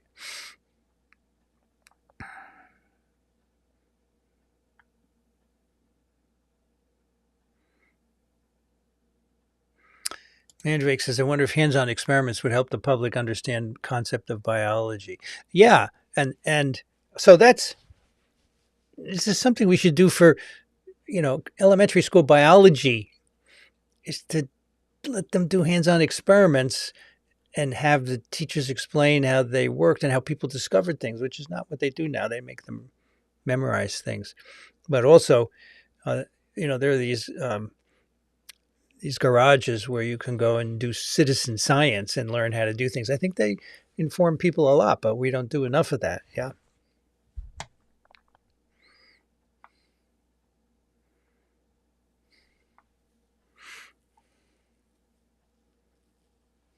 Thank you, John, for your contribution to science communication. My contribution for another great week of programming, and the Microbe TV website has early episodes that aren't on other places, so I hope it's okay.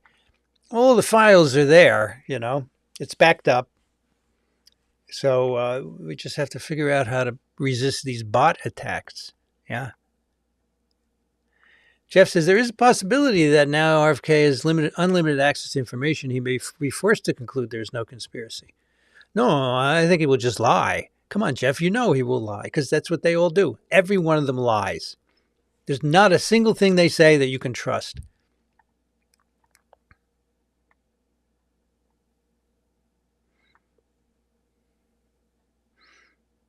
Yes, science-based medicine. David Gorski, he's the one who coined malignant incompetence. Yeah. Jeff says RFK Jr. is but one example of the problem of not mandating properly credentialed people as appointees. Generally, they are appointed as a thank you for support or to further an agenda. Well, that's supposed to be the job of Congress. They all heard all the BS that he spewed in front of them, but the Republicans, which slightly outnumbered the Democrats, all voted for him, and that was it. Democrats all voted against him, and the Democrats did so just to appease Orange Man. They weren't thinking. They didn't use their brains, because if they did, they can't vote for this guy, including Senator Cassidy from Louisiana, an MD. He voted for him, and now I'm sure he's regretting it.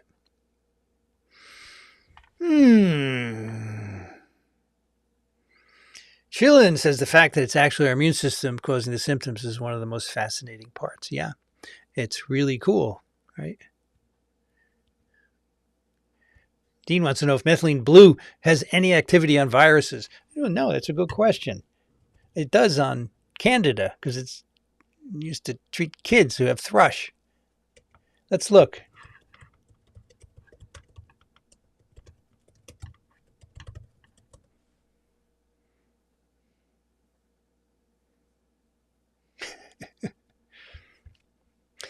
Yes, it can have antiviral activity. Yes. Yes, it does have biological activity on viruses, but it seems to inactivate the particle and not interfere with replication. John is in Thailand where they have a lot of dengue. That's right. Yeah. And yes, because of climate change, the dengue fever reason is expanding. And at some point, we'll have dengue endemic in the U.S. for sure. And not going to do anything about it because we will have people in charge who doofuses. Now, in Queensland, Wolbachia is being released. Wolbachia-infected mosquitoes are being released, which suppresses dengue. And this is brilliant. This is just great.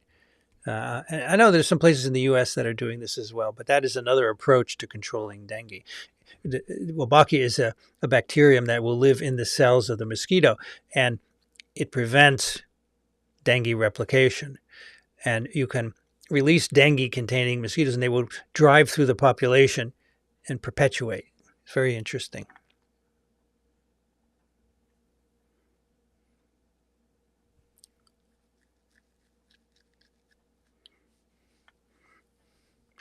DF says, TB can be in the body anywhere. Do you still wear a mask on the metro? Back in the pandemic, you were amazed at the dirt. I do. I wear a mask on the train and the metro. When I'm walking around outside, I generally don't wear a mask.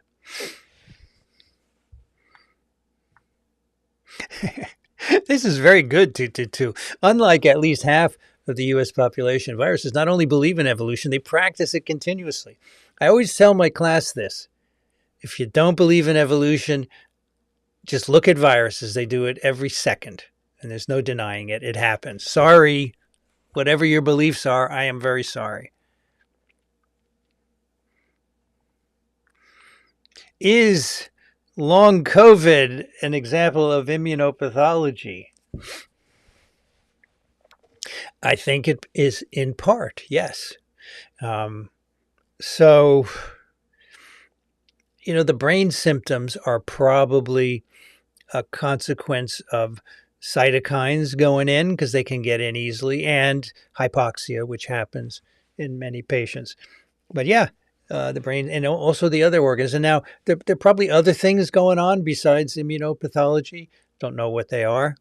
But yeah, many immunology labs are taken to study long COVID. And they're finding perturbations in cytokines and so forth over a long period of time. Now, can any virus do it? Many viruses cause long conditions like RSV and influenza, but I don't know about rhinoviruses, common cold viruses, right? They're pretty mild to begin with, which actually is not a requirement that the infection has to be severe to get long COVID or long anything. But I don't know any reports of post-rhinovirus long symptoms. Jeff wants to know, why do cold sores remain in one place and not spread? So let me give you an example for the trigeminal ganglia, which are right here on either side of your head. When you get your primary herpes infection in your mouth or lip, the virus enters the nerve endings, travels to the trigeminal ganglia, and remains latent there. Then on reactivation, the virus replicates, goes back down the nerve, and makes a cold sore. By that time, the immune response is kicked in, and it limits viral spread. And so there's no mechanism for herpes virus. It doesn't get into the blood, for example, so it's not going to be systemic. So it's limited to the mucosa where it's released, and the antibody, the immune response plays a role in that. Now, sometimes the virus goes the wrong way and it goes in the brain. by nerves, and then you get herpes encephalitis, and that's a big problem because these trigeminal ganglia eventually go into the brain.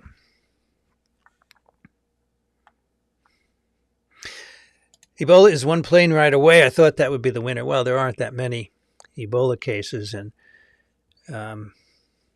if the fatality rate is not 99% like it is for rabies, right?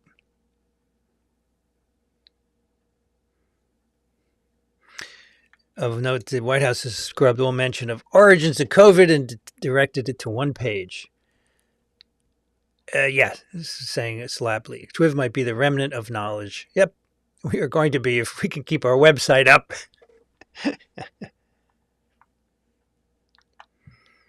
Is that why people die not of measles but other infections? Yeah, mostly, yeah, like measles, pneumonia, bacterial infections. Sometimes measles can cause brain infections, encephalitis, and that can kill as well. So that would be measles itself. But the other causes of death are immunosuppression. Yeah.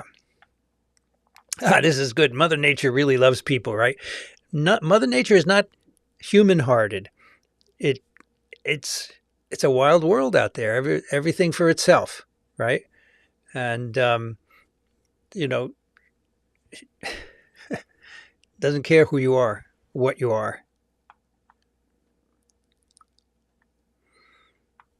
Do a mini lecture on how to research and which sites you use and trust and how you listen and are open to opposing views and ideas. That's an interesting idea. Yeah.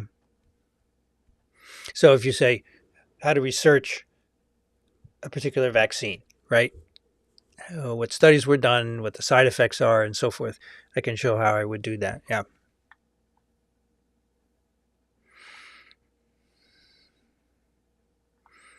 Margot says we still do TB tests. You still do the intradermal inoculation with antigen? Yeah. Okay. Someone told me they don't do them anymore. You have to do them when a patient at home is moving to a facility. I thought there were other ways to do it. Okay. I believe it. Visto, looks like measles immune wipe could be the gateway to TB, polio, rubella made great again. Yeah. Enough people, you bet, that would do it. Most people in the U.S. have had some biology in high school, but have been infected with 30 years of right-wing AM radio and Fox News TV lies. Huh. Oh, environmental has a concealed carry permit. Wow. Don't bring that to New York, right?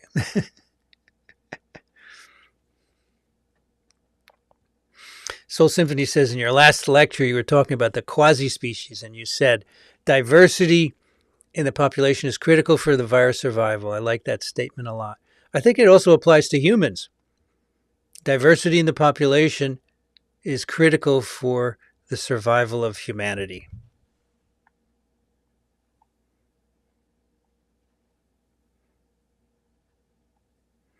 Yeah, it applies to the biggest virus of them all, humans. Gentian violet treats thrush and diaper rash. So it's not methylene blue I'm thinking of. Okay, well, it's just a similar color, right? Okay.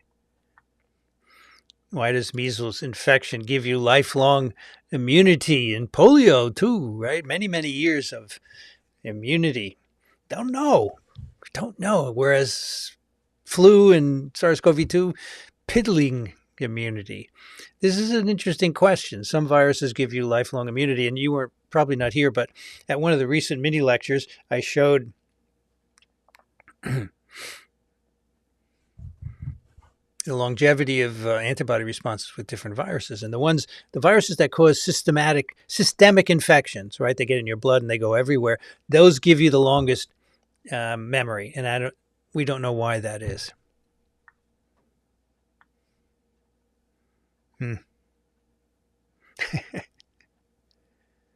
KN95, the best mask. I like it because it's effective, but it's not onerous like a regular N95, right? Which has to be fitted to you and all that. And so I use them for a few days and then replace them. Yeah.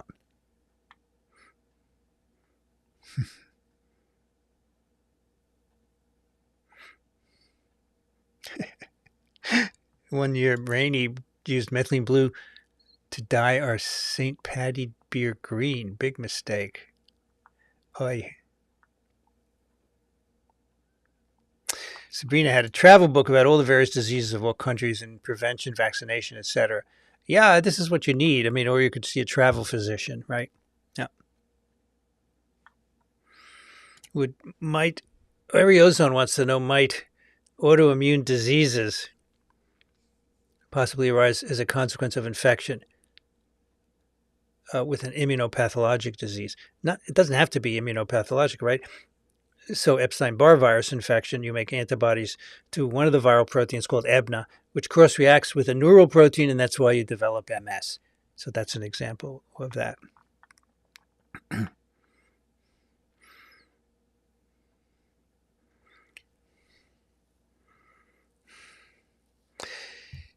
Humans are a science experiment. It's an experiment of nature, right?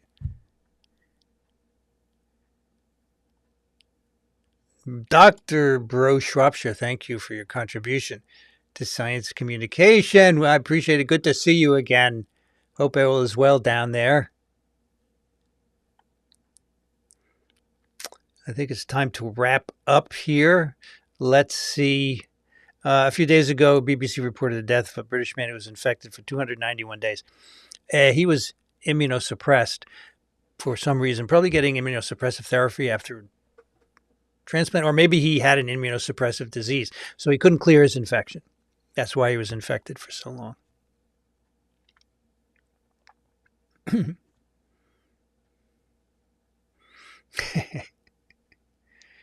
PPD is being phased out. Okay, that's the purified properdin blot test. I don't know what the letters will stand for. Yeah, the Tyne test. Actually, they also had a little thing they used to just stick in as opposed to a intradermal inoculation, which is a little trickier, but it's being phased out. Okay. All right.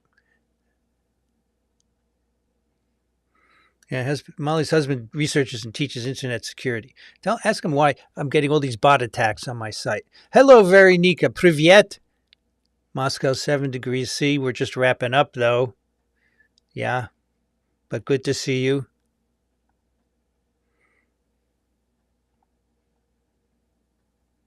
Let's see if there's anyone left to thank. All right, folks. Thanks for coming tonight. I want to thank our moderators for being here. We had Les, we had Vanity Nutrition, we had Tom, and we had Steph, SF. Thanks for coming. We had about 150 people, and we have 150 likes, so that's great, folks. Really appreciate that. And thanks, everyone, for coming. You always have a great conversation. You always have great questions. I love the chatter. It's great. You chatter amongst yourselves. That's really what a live stream is, right? We'll be back next week, I'm pretty sure. Let's see, today is Wednesday the 30th. Next week is going to be May 7th. May 7th at 8 p.m. Eastern. We shall be back with more discussion of viruses, what's going on in science in the U.S., and whatever you wanted to do. Molly says that we used intradermal pins, not as good. Those little pins you would stick in. Yeah. I remember watching a nurse do an intradermal. So nice. Steady hands, go right between the layers of skin. Wonderful. Okay, folks. Thanks for coming. Thanks for your question. Thanks for participating. It's my honor to be here and talking with you. I'll see you next week, hopefully, if your schedules permit. And in the meantime, I want you to all be safe. Take it easy. Don't get too sad about what's going on. We'll fight it. We will get through. Thanks, everybody. Bye-bye.